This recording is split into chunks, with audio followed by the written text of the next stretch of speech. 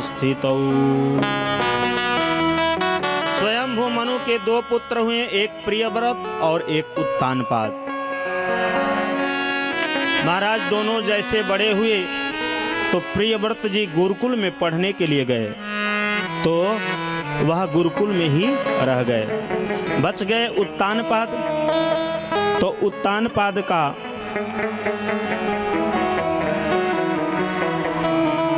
विवाह हुआ। उनकी दो रानियां थीं, एक का नाम सुनीति था और एक का नाम सुरुचि था। उत्तानपाद सुरुचि से बहुत प्रेम करते थे। सुरुचि मतलब जो अपने रुचि के अनुसार चलती। सुनीति का मतलब जो नीति से चलती। जो सुनीति थी वह शास्त्र धर्म के अनुसार चलती थी, और सुरुचि जो थी वह अपनी इच्छा से चलती थी। तो उत्तानपाद को बहुत प्रिय लगती सुरुचि। सुरुचि से बहुत प्रेम करते। एक दिन सुरुचि के कहने पर सुनीति का परित्याग कर दिया।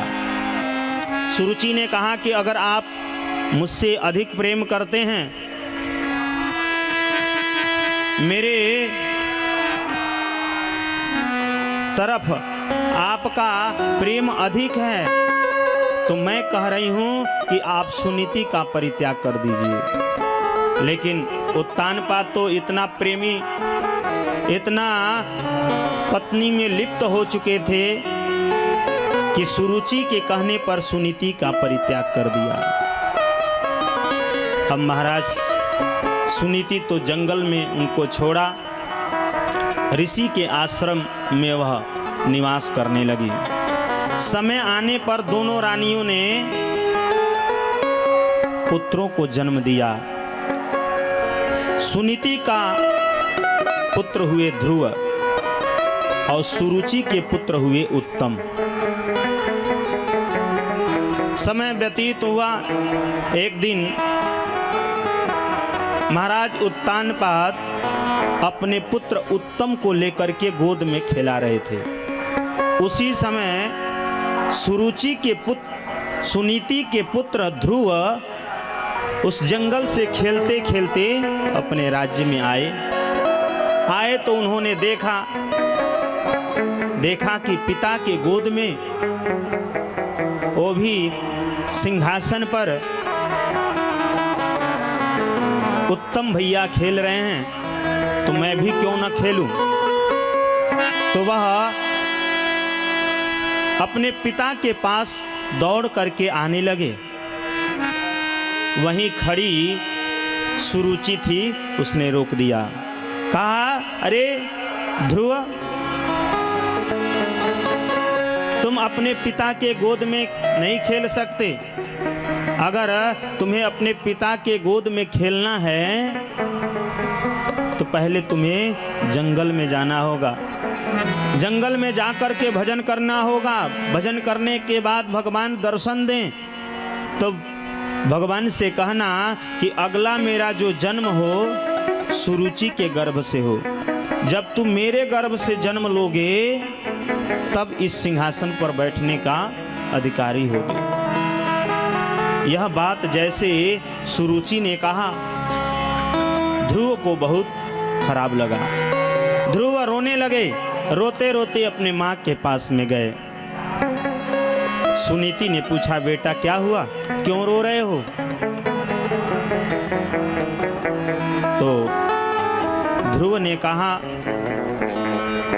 माँ मैं खेलते खेलते राज दरबार में गया और जो मेरा भाई उत्तम है वह महाराज के गोद में खेल रहा था। मैं भी खेलने के लिए आगे बढ़ा तो तुम्हारी सौत ने मुझे रोक दिया, मुझे डांट दिया और कहा कि अगर तुम्हें इस सिंहासन पर बैठना है, पिता के गोद में खेलना है, तो मेरे गर्भ से जन्म लो। मैंने पूछा वो कैसे होगा? तो सुरुचि ने कहा कि जब तुम जंगल में जाओगे, भगवान का आराधना करोगे, भगवान दर्शन देंगे, तो भगवान से कहना कि अगला मेरा जन्म जो हो माता सुरुचि के गर्भ से हो। जब तुम मेरे गर्भ से जन्म लोगे तभी इस सिंहासन पर बैठने का अधिकारी होगे। सुनीति ने कहा, बेटा तुम्हारी मां ने ठीक कहा, क्योंकि सभी को भगवान की शरणागति प्राप्त करना चाहिए। तुम्हारी मां ने ठीक कहा है। क्यों रहे हो? क्षत्रिय बालक ऐसे नहीं रोते। ध्रुव जी ने कहा, मैं क्षत्रिय बालक हूं, कोई मुझे अस्त्र से मार दे, मैं उस चोट को, उस पीड़ा को सहन कर सकता हूं। कोई शस्त्र से काट दे, उस पीड़ा को भी मैं सहन कर सकता हूं। लेकिन कोई बाड़ी का बाण मारे, मैं सहन नहीं कर सकता। मैया ये बताओ कि वह भगवान मिलेंगे कहाँ? सुनीति ने जंगल के तरफ इशारा कर दिया। ध्रुव जी ने कहा, मन ही मन ध्रुव जी विचार बना रहे हैं कि अगर मैं इस समय जाऊंगा मां मुझे जाने नहीं देगी, इसलिए मैं अर्धरात्रि में निकलूंगा। सुनीति ने ध्रुव जी को गोद में उठा करके लाड़ प्यार किया, बहुत समझाया। ध्रुव जी कुछ नहीं बोले। उसके बाद जैसे रात्रि हुई, सभी लोग सो रहे थे, उसी समय ध्रुव जी घर से निकल करके, आश्रम से निकल के जंगल के तरफ जाने लगे। जैसे जंगल के तरफ जाने लगे, नारद जी को पता चल गया। नारद जी ने सोचा कि चले हम भी, क्योंकि ऐसा चेला मिलने वाला नहीं है। आजकल चेला बनाने के लिए होड़ लगा है, कौन मिल जाए तो चेला बना दें। चेला बनाने के लिए होड़ लगा है, सब चाहते हैं कि चेला बना दें। नारद जी भी सोच रहे हैं कि अगर मैं नहीं जाऊंगा कोई दूसरा चेला बना लेगा। नारद जी भी वहां पहुंचे और उस घनघोर जंगल में ध्रुव जी के पास नारद जी पहुंचे तो नारद जी ने पूछा, बेटा इतनी छोटी उम्र में और घनघोर जंगल में आप कहाँ जा रहे हो? वो भी रात्रि के समय में। यहाँ हिंसक जानवर रहते हैं, तुम्हें खा जाएंगे। ध्रुव जी ने कहा कि आप कौन हो? आप कोई संत महात्मा हो? नारद जी ने कहा हाँ। तो जो भी राज्य की घटनाएं थी वह ध्रुव जी ने नारद जी से बता दिया। नारद जी ने कहा, अच्छा ये बात है कि आपको राज सिंहासन चाहिए?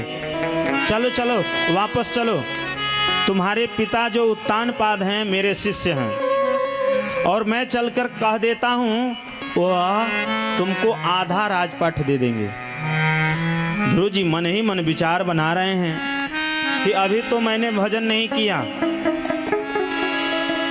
एक माला तक नहीं जपा, भजन करने के लिए आगे बढ़ा तो आधा राजपाट मिल रहा है, अब तो मैं वापस नहीं जाऊंगा। ध्रुव जी ने कहा, महाराज मैं वापस जाने के लिए घर से बाहर नहीं हुआ हूँ, मैं घर से बाहर इसलिए निकला हूँ कि मैं भजन करूँगा और भगवान का दर्शन करूँगा। नारद जी ने कहा, बेटा आधे राजपाट पर संतोष नहीं हो रहा है, कोई बात नहीं बेटा, तू वापस हो जा, तुम्हारे पिता मेरे शिष्य हैं, मैं जो कहूँगा वो मान जाएंगे। मैं कह रहा हूँ तुम्हारे पिता से पूरा राजपाट दिलवा दूंगा, लेकिन तुम वापस चलो। ध्रुव जी ने कहा, अब तो मुझे जाना ही नहीं है। नारद जी ने कहा, क्यों? ध्रुव जी ने पूछा, बाबा आप तब से मुझे समझा रहे हैं, आप ये नहीं बता रहे हैं कि आप हैं कौन। तो नारद जी ने कहा कि मेरा नाम नारद है। अच्छा, आपका नाम नारद है? ध्रुव जी ने कहा, मैंने सुना है नारदो देव दर्शन, जिस व्यक्ति को नारद जी मिल गए, नारद जी का दर्शन हो गया, उस व्यक्ति को भगवान का दर्शन होना कन्फर्म हो गया। अच्छा ये बताओ बाबा, हम तो भजन करने जाने के लिए तैयार हैं, आप वापस भेज रहे हैं, आप असली वाले नारद हैं कि नकली वाले? नारद जी ने कहा, मैं असली वाला हूं। ध्रुव जी समझ गए। ध्रुव जी ने कहा कि आप अगर असली वाले हैं तो मुझे भगवान का दर्शन अवश्य होगा, मैं वापस नहीं जा सकता। नारद जी ने कहा, बेटा मैं तुम्हारा परीक्षण कर रहा था, तुम परीक्षा में उत्तीर्ण हुए, ये द्वादशाक्षर मंत्र लो और यहाँ से सीधे मथुरा वृंदावन में जाओ, वहां यमुना जी के तट पर बैठ करके भगवान का आराधना करना, अति शीघ्र भगवान तुम्हें दर्शन देंगे। वहां द्वादशाक्षर मंत्र लेकर के और ध्रुव जी सीधे यमुना जी के तट पर गए। यमुना जी के तट पर पहुंचे तो ध्रुव जी भगवान का भजन करने लगे। कभी 3-3 दिन पर भोजन करते, भोजन करके भगवान का भजन करते। कभी पूरे 1 सप्ताह तक भोजन नहीं करते, 1 सप्ताह के बाद भोजन करते। भोजन भी कुछ दिनों के बाद छोड़ दिया, अब केवल बैर जामुन फल खा करके भजन करते। ऐसे करते करते उन्होंने फल भी खाना छोड़ दिया, अब केवल जल पी करके भगवान का भजन करते। धीरे धीरे समय ऐसा आया कि उन्होंने जल भी त्याग दिया। फिर भगवान का भजन कर रहे हैं, चिंतन कर रहे हैं। एक समय ऐसा भी आया कि उन्होंने सांस भी लेना बंद कर दिया। जब सांस लेना बंद किया, यहाँ तो देवता लोग व्याकुल हो गए। सभी भागे भागे भगवान के पास में गए, प्रभु आप जाकर के ध्रुव को दर्शन दीजिए, नहीं तो ध्रुव की तपस्या से हम देवता लोग परास्त हो जाएंगे। भगवान ने कहा कि मैं ध्रुव को दर्शन नहीं दे सकता। देवताओं ने कहा आप कुछ भी करिए। भगवान ने कहा कि आप कह रहे हैं देवता लोग, तो मैं ध्रुव जी का दर्शन करने जाऊंगा। देवताओं ने कहा जो भी करिए, लेकिन ध्रुव जी को आप वहां पहुंच करके उनको दर्शन दीजिए। भगवान वहां से चले और सीधे ध्रुव जी के पास में आए। ध्रुव जी तो ध्यान में बैठे हुए हैं, भगवान की उस सुंदर छटा को निहार रहे हैं, देख रहे हैं और अपना जप कर रहे हैं। भगवान बहुत देर तक खड़े रहे, लेकिन ध्रुव जी आंख ही नहीं खोल रहे थे। जब आंख नहीं खोल रहे थे तो भगवान सोच रहे हैं कि कब तक मैं खड़ा रहूंगा। भगवान ने जो ध्रुव जी के हृदय में भगवान की जो छवि थी उसको खींच लिया। जैसे खींचा, ध्रुव जी व्याकुल होकर के नेत्र को खोले तो जो भगवान की छटा ध्रुव जी अपने हृदय में देख रहे थे वह अब सन्मुख दिखाई देने लगा। ध्रुव जी हाथ जोड़ करके और मन ही मन सोच रहे हैं कि गुरु जी ठीक कह रहे थे कि अगर मैं वापस चला गया होता तो कुछ पढ़ लिख लिया होता तो इनकी स्तुति कर देता। अब तो मैं पढ़ा लिखा हूं नहीं, स्तुति कैसे करूं। भगवान तो भक्त वांछा है, समझ गए। भगवान ने अपना वेदमयी शंख ध्रुव जी के कपोल में स्पर्श कराया। ध्रुव जी तो परम ज्ञानी हो गए और ध्रुव जी भगवान की स्तुति करने लगे। युन्तः प्रविश्य मम वाचमिमां प्रसुप्तां सञ्जीवयत्यखिलशक्तिधरा स्वधाम्ना अन्याश्च हस्तचरण स्मरणत्वगादि प्राणान्नमो भगवते पुरुषाय तुभ्यं। ध्रुव जी ने बहुत सुंदर भगवान की स्तुति किया। और जब भगवान की स्तुति किया, स्तुति करने के बाद भगवान ने कहा, ध्रुव तुम्हारी इस आराधना से, तुम्हारी इस तपस्या से मैं बहुत प्रसन्न हूं।